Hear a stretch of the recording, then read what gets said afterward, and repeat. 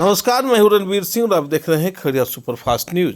जिले के मानसी थाना क्षेत्र के अमनी में ससुराल आए दामाद की गोली मार करके गंभीर रूप से घायल कर दिया गया, जिसके बाद उसे सदर अस्पताल खगड़िया में भर्ती कराया गया, जहां की इलाज के दौरान उसकी मौत हो गई है। उसके बाद खगड़िया एसपी ने इस मामले को गंभीरता से लेते इस पूरे मामले का पुलिस टीम गठन करके उद्भेदन किया गया, जिसमें कि पीड़ित के पत्नी एवं उनके आशिक के द्वारा इस मामले में पति को गोली मारा गया था, जिसके बाद पुलिस ने इस मामले को उद्भेदन करते हुए पत्नी समेत उसके आशिक को गिरफ्तार कर लिया और उस घटना में प्रयुक्त हथियार एवं मोबाइल इत्यादि भी जब्त कर लिया है। पुलिस कप्तान राकेश कुमार इस मामले में प्रेस कॉन्फ्रेंस कर इसकी जानकारी दी और बताया कि पुलिस मामले का उद्भेदन कर लिया है।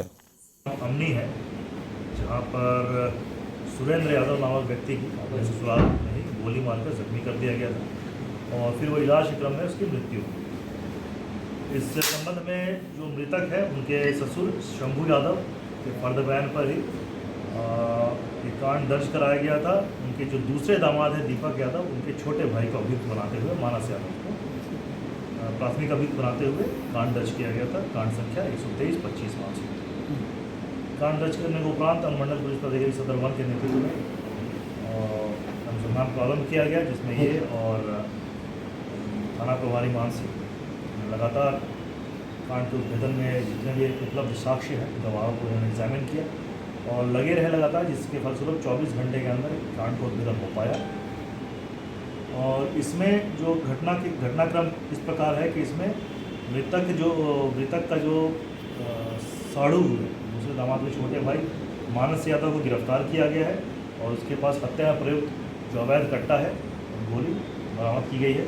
2 मोबाइल फ़ोन भी बरामद हुए हैं और इसमें मृतक की पत्नी अनुपम कुमारी वो इसमें अप्राथमिक अभियुक्त बनी है। जो मृतक हैं सुरेंद्र यादव, उनकी अपनी पत्नी, उनको भी गिरफ्तार किया गया है। पूरा घटनाक्रम उन दोनों के द्वारा साजिश है। क्या उसमें इस साजिश में इसमें साजिश में है और ये घटनाक्रम इस प्रकार है कि जो मृतक की पत्नी है अनुपम कुमारी और ये जो प्राथमिक अभियुक्त है मानस यादव, इन दोनों के बीच में पूर्व से विवाद से पूर्व से ही प्रेम संबंध था और विवाह के पश्चात भी इन दोनों का अवैध संबंध कायम था। इसकी जानकारी मृतक को हुई थी। मृतक इस बात से लेकर नाराज़ था और मृतक की पत्नी भी इसके बाद जब उजागर होने के बाद अपने मायके में रह रही थी और इस बात को लेकर कई बार अनबन होती रही है। और मृतक अपने ससुराल में ही गया था उस समय और सुबह दिन में ही ये व्यक्ति जो प्राथमिक अभियुक्त मानस यादव आया था। मानस यादव का बैकग्राउंड ये है कि मानस यादव के अनुसार इसकी भी शादी हो चुकी है, परंतु ज़ोर ज़बरदस्ती इसकी शादी कराई गई थी एक गाँव में।